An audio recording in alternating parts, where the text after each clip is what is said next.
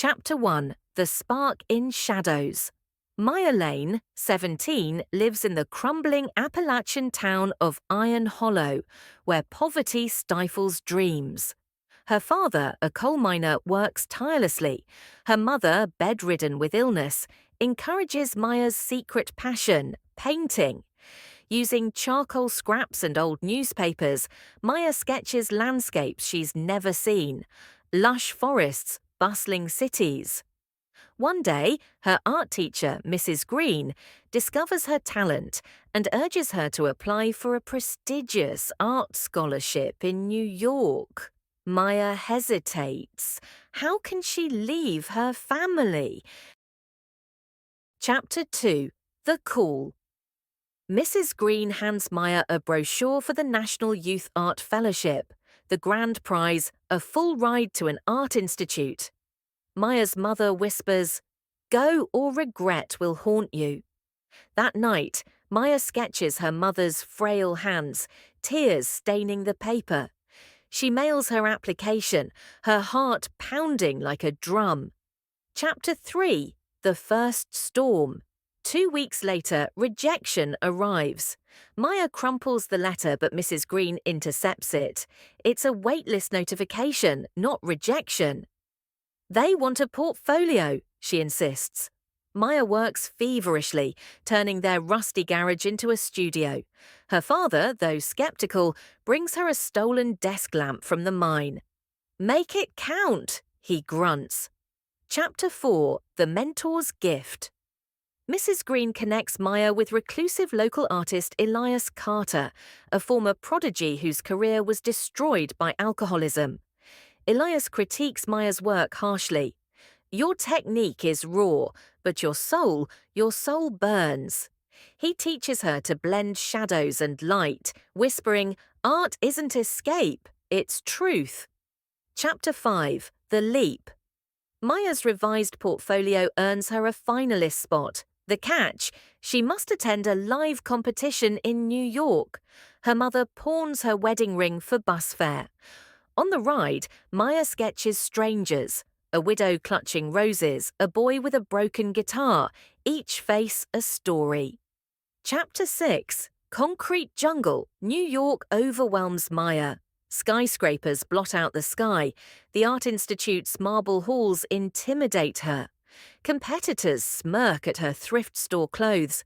But in a basement studio, she meets Kai, a graffiti artist from Detroit with a prosthetic leg. "They think we're underdogs," he laughs. "Let's prove them wrong." Chapter 7: The First Brushstroke. The challenge: paint your truth. Maya freezes, memories of her mother's coughs echoing.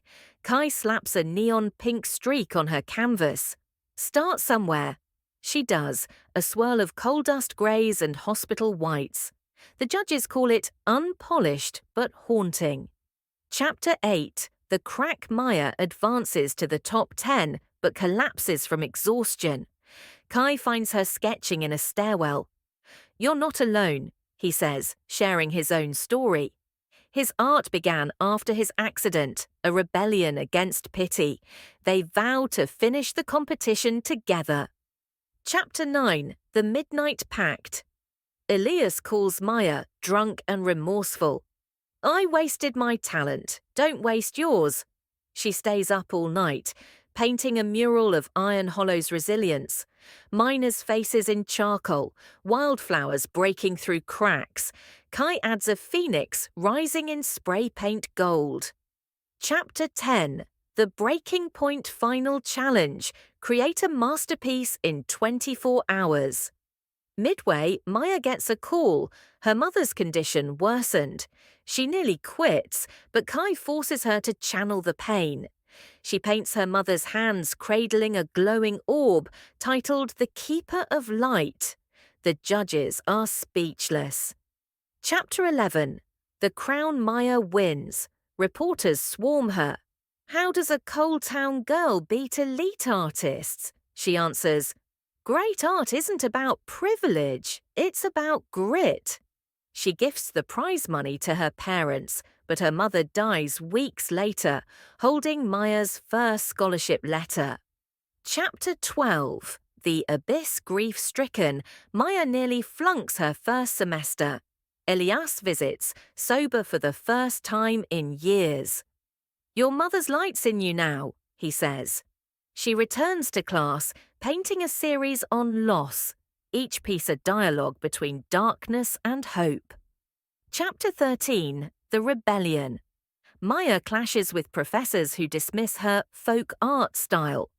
Inspired by Kai, she organizes a guerrilla exhibition in a subway station, showcasing students' unfiltered work. It goes viral. The institute reluctantly agrees to diversify its curriculum. Chapter 14. The Reunion. Maya returns to Iron Hollow to open a community art centre, funded by her mural commissions. Elias teaches classes, her father volunteers, building easels. Kids paint their stories on mine shafts turned canvases. The town begins to heal. Chapter 15. The Fracture. A gallery owner offers Maya a solo show, but demands she tone down the Appalachian themes. She refuses, sparking media debate. Must artists dilute their roots for fame? Kai stages a protest outside the gallery, banners reading "Authenticity over approval." Chapter 16. The Rise Maya's defiant exhibit, Unbroken Ground, draws crowds. Critics hail her as the voice of forgotten America. She auctions her pieces, funding scholarships for rural artists. Elias, now sober, sells his first painting in decades, a portrait of Maya sketching. Chapter 17. The shadow success strains Maya's relationships. She snaps at Kai, now her business partner. "You don't understand pressure." He leaves, accusing her of selling out. Alone, she revisits her mother's grave, sketching apologies in the dirt. Chapter 18. The Reconciliation. Kai returns after a near-fatal fall while mural painting. "I get it now," he says. "We're both stubborn idiots." They collaborate on a Detroit-Appalachia fusion piece, blending steel beams and coal dust. It wins a national award, cementing their legacy. Chapter 19. The Legacy. Decades later, Maya's art centre thrives. A teen named Lila, whose father died in the mines, shows Maya her portfolio, vibrant abstracts. "Mrs. Green told me you'd understand," Lila says. Maya gifts her Elias's old brush. "Your turn to rise." Chapter 20. The Eternal Flame. At 70, Maya's hands tremble, but she paints daily. Her final piece, a girl standing on a mountain of rubble, holding a lantern. At the unveiling, thousands cheer. Maya whispers, "Mom, I lit the way." Her story becomes a testament to resilience, proof that art, like life, is forged in fire.